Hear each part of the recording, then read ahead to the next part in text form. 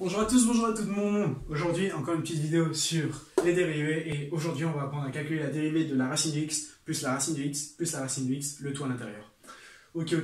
Et aussi la dérivée de e exposant x.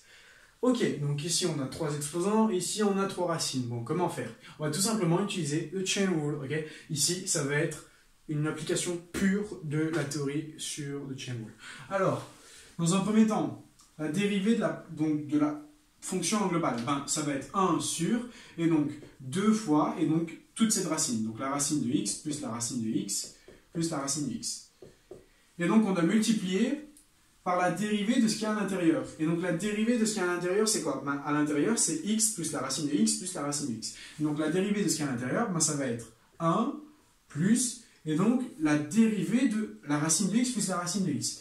La dérivée de la racine de x plus la racine de x, d'accord, donc de tout ceci, on va encore avoir le même schéma. On va avoir 1 divisé par, et donc 2 fois cette racine-là, donc racine de x plus la racine de x, okay, multiplié, et donc par la dérivée de ce qu'il y a à l'intérieur. Et donc la dérivée de x plus la racine de x, c'est tout simplement 1, plus, et donc 1 sur 2 racines de x, d'accord.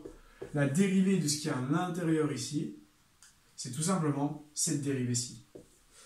Alors, dans un premier temps, on calcule la dérivée tout simplement, c'est 1 sur 2 fois la racine globale, puis on multiplie par la dérivée de ce qu'il y a à l'intérieur, d'accord? Et donc, ce qu'il y a à l'intérieur, dans un premier temps, c'est tout ceci. Dérivée de x, c'est 1, plus, et donc, la dérivée de cette racine-là. La dérivée de cette racine-là, c'est 1 sur 2 fois la racine, d'accord? Et je vais encore multiplier par la dérivée de ce qu'il y a à l'intérieur. Et la dérivée de ce qu'il y a à l'intérieur, dérivée de x, c'est bien 1, et dérivée de la racine de x, c'est 1 sur 2 racines de x. Et donc, je ferme une parenthèse, je ferme une deuxième parenthèse, et j'ai trouvé ma biggest dérivée. Voilà. Donc ça, c'est pour la dérivée de la première. Ok, alors, dérivée de la deuxième. E exposant x. Alors, il faut savoir, quand on travaille avec des puissances, des hyperpuissances, comme on les appelle, d'accord, c'est qu'il y a un ordre à respecter dans les puissances. En fait, si vous voulez, E exposant x, c'est pas égal à E exposant E, le tout exposant x, d'accord? On n'a pas quelque chose de ce style-là. Non. Quand on a E exposant x, d'accord, en fait, les parenthèses, elles se remettent toujours sur les deux derniers, d'accord? Et ainsi de suite. Donc, E exposant x, en fait, c'est E exposant x. Donc, cette dérivée, elle est égale à la dérivée, et donc de E, et donc le tout exposant E exposant x. Ok. Alors, qu'est-ce qui va se passer alors à ce moment-là?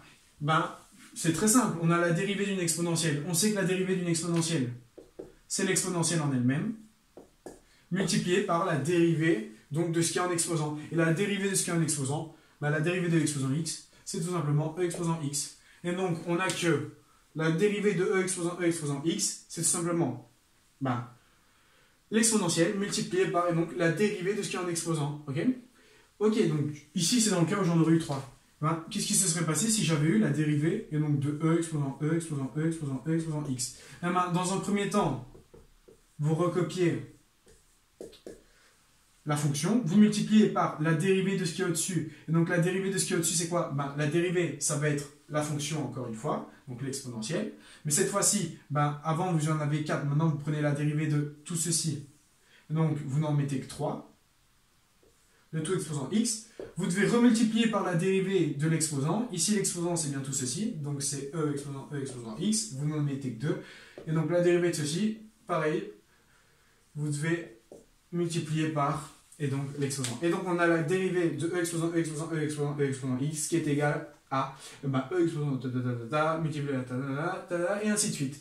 Et donc je rappelle, lorsqu'on a E exposant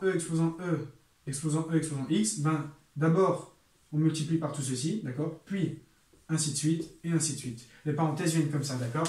Et pas dans l'autre sens. C'est toujours du haut vers le bas pour les parenthèses quand on parle d'hyperpuissance. Voilà. Je vous remercie pour votre attention. Encore une fois, j'espère que c'est bien compris. Donc, on a tout fait ici avec le chain rule. Donc, d'abord, on s'occupe de la première dérivée. Ensuite, on dérive de la fonction qu'il y avait à l'intérieur. D'accord? Dans ce cas-ci, c'était celle-ci. Ensuite, celle-ci. Ensuite, celle-ci. Tandis que pour notre exponentielle, on a juste qu'à dériver ce qui est en exposant. Et voilà. Je vous remercie de votre attention et je vous dis à très bientôt pour de nouvelles vidéos.